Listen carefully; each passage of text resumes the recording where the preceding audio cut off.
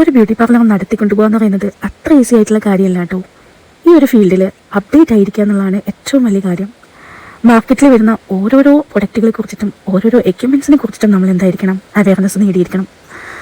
അത്തരമൊരു അവയർനെസ്സിൻ്റെ ഭാഗമായിട്ടാണ് കേട്ടോ ഞാൻ ഇന്നിവിടെ വന്നിട്ടുള്ളത്. ഞാനിപ്പോൾ ഉള്ളത് നമ്മുടെ കോഴിക്കോട് സരോവരം ലിസ ക്ലിനിക്കിലാണ് കേട്ടോ.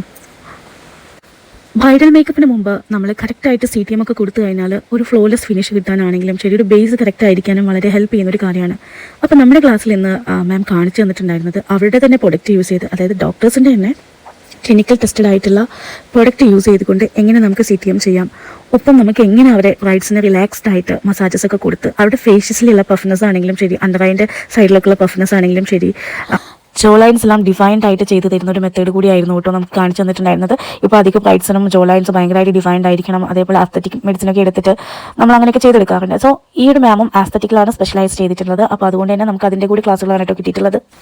അപ്പോൾ ക്ലാസ്സൊക്കെ അടിപൊളിയായിരുന്നു, നല്ല രീതിയിൽ തന്നെ മാം അത് എക്സ്പ്ലെയിൻ ചെയ്ത് തരുന്നുണ്ടായിരുന്നു. അപ്പം ഡെമോ സെക്ഷൻ കൂടി ഉണ്ടായിരുന്നു കേട്ടോ. അപ്പോൾ നമ്മളുടെ ഒരു ഫീൽഡ് എന്ന് പറയുന്നത് ഇങ്ങനെയാണ്, നമ്മൾ എല്ലാ രീതിയിലും അപ്ഡേറ്റഡ് ആയിക്കൊണ്ടേയിരിക്കണം. പുതിയ പുതിയ മെഷീനറീസ് വരുന്നതാണെങ്കിലും ശരി, പുതിയ പുതിയ രീതിയിലുള്ള പ്രൊഡക്റ്റുകളും ഒക്കെ നമ്മൾ പരീക്ഷിച്ചുകൊണ്ടേയിരിക്കണം കേട്ടോ. അപ്പോൾ ക്ലാസ് കഴിഞ്ഞ് നമുക്ക് അവിടെ തന്നെ ഒരു ഫ്രീ ഗിഫ്റ്റ് ആയിട്ടുള്ളൊരു പൗച്ച് തന്നിട്ടുണ്ടായിരുന്നു. അപ്പോൾ അതും ഓരോരുത്തരുടെ സ്കിൻ ടൈപ്പ് അനുസരിച്ചുള്ളതായിരുന്നു കേട്ടോ തന്നിട്ടുണ്ടായിരുന്നത്. എനിക്ക് ഓയിലി സ്കിൻ ആയതുകൊണ്ട് തന്നെ ഓയിലി സ്കിന്നിൻ്റെ ഒരു സെറും അതേപോലെ തന്നെ ഒരു ലിപ് ബാമും ആയിരുന്നു തന്നിട്ടുണ്ടായിരുന്നത് കേട്ടോ. കുറച്ച് എക്സ്പെൻസീവ് ആയിട്ടുള്ളതാണ്, പക്ഷേ നമുക്കത് ഫ്രീ ഗിഫ്റ്റായിട്ട് കിട്ടിയിട്ടുണ്ടായിരുന്നതാണ് കേട്ടോ.